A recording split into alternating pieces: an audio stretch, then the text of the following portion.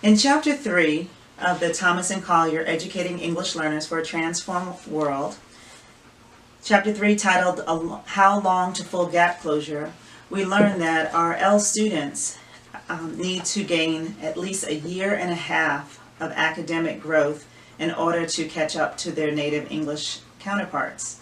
And so that's a year and a half growth for 6 years to try to close the achievement gap. Meanwhile, their English learner counterparts are not waiting, not slowing down. They're continuing to grow and accelerate.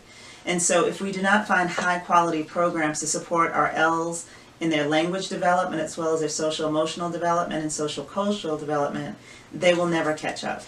And so in Thomas and Collier's book, they talk about how only a high quality dual language program has been shown to close the achievement gap within 4 to 7 years. And our L students will then, in a high-quality program, catch up to their English counterparts and stay with them as they continue on in their educational journey. In Chapter 4, we learned about the PRISM model. And the PRISM model talks about the importance of developing the academic, language, and cognitive development of the students in both their first language and in their second language in order for students to gain and grow academically. It also talks about the importance of the social cultural environment that is warm and welcoming to students of all cultures. And so in that chapter, you learned about ways to develop both the academic work and capitalize on the first language of the students. And you also learned that students who come from interrupted school instruction or did not have formal education, how much more of a challenge it is for those students to be successful.